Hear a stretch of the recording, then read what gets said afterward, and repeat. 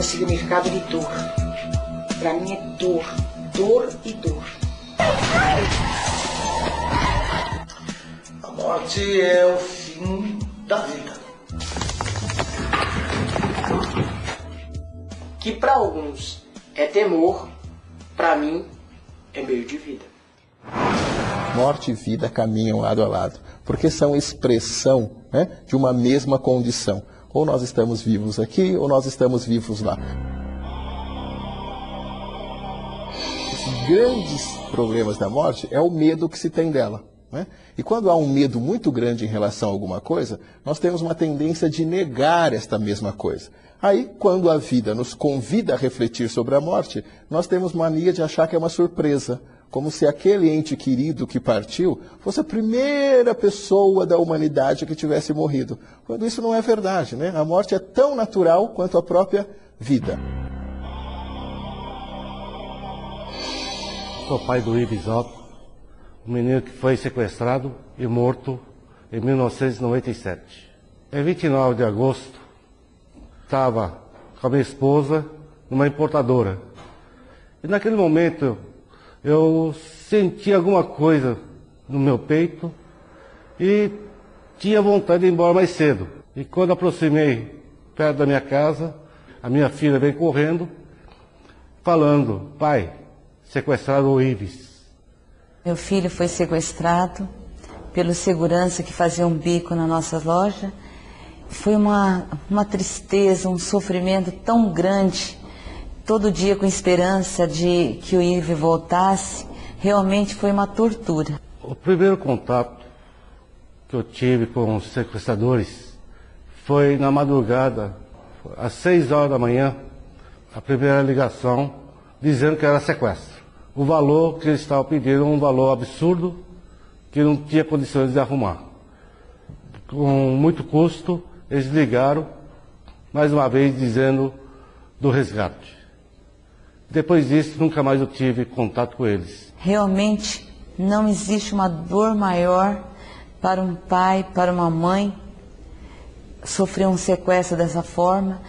Eu entreguei o Ives a Deus, porque eu já não aguentava mais. E o Ives realmente já estava morto naquele momento. Para mim foi um choque muito forte.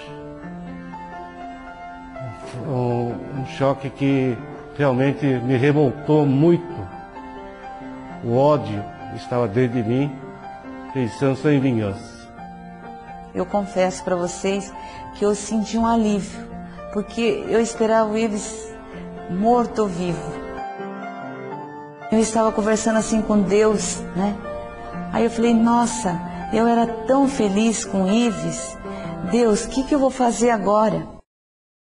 Quando o pessoal está festejando, eu já estou preocupado com as consequências do que virá. Porque onde tem bebida, tem acidente. Onde tem acidente, tem morte. Onde tem morte, tem eu. A sua filha menor estava com hemorragia. Não conseguiu chegar a tempo. Eu sinto muito. As duas morreram no acidente.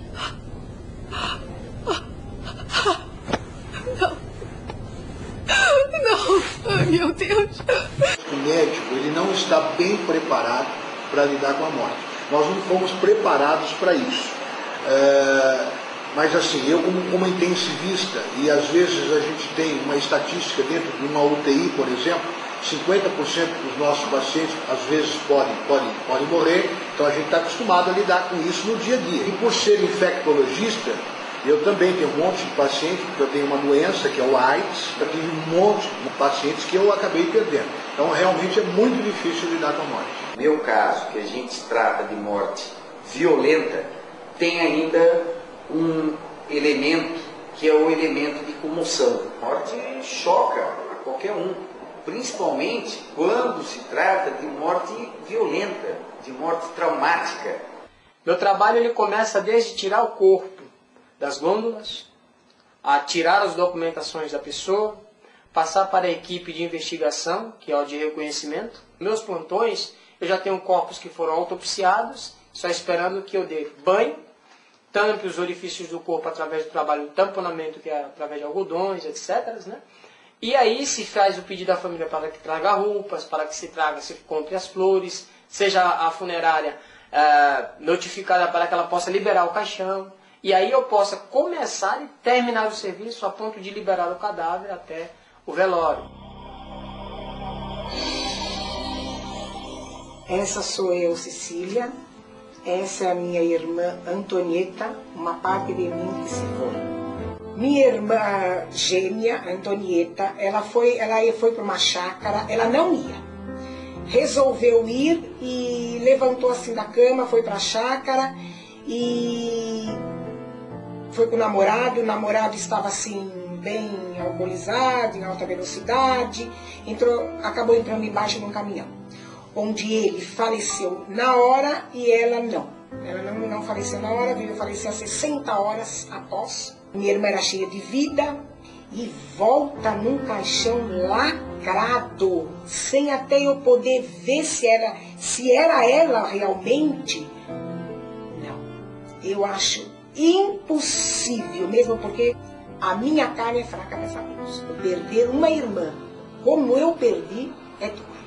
Como eu disse, agora a única dor que eu já fiz um pacto com Deus seria essa. Se eu perder meu filho, eu prefiro a morte. E uma das piores dores que um familiar passa a sentir quando perde entre aspas, um ente querido, é justamente a questão de acreditar, veja bem, acreditar que ele não pode mais continuar amando esse familiar, porque ele amava uma referência física, ou seja, um corpo físico. Com a partida desse corpo físico, ele acredita que ele está tolhido, limitado da possibilidade de continuar amando esse familiar. E a impossibilidade de amar sempre leva o ser humano a um grande sofrimento.